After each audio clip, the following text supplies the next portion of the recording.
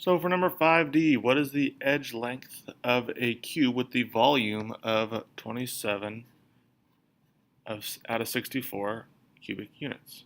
So again, we want to make sure that we know that for a cube, all side lengths are going to be equal. So we know the volume of a cube is just the length times the width times the height, these three side lengths here, and they're all going to be equal.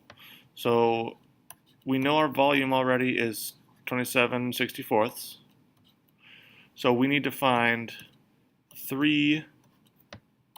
a number for the numerator and a number for the denominator that we can multiply by itself 3 times to get to these numbers.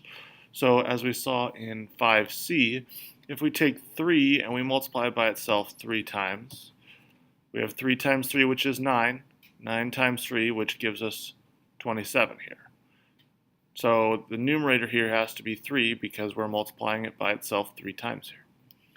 Now for the bottom piece here, so we could do some guessing and checking here and plugging in some numbers.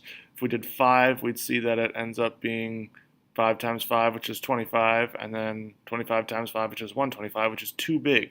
So if 5 is too big and 3 is too small, we'd end up putting in 4 as our guess. And if we do 4 times 4, we get 16. 16 times 4, which we get 64. So if we're looking for just the edge length of the cube, we know that it is 3/4 units.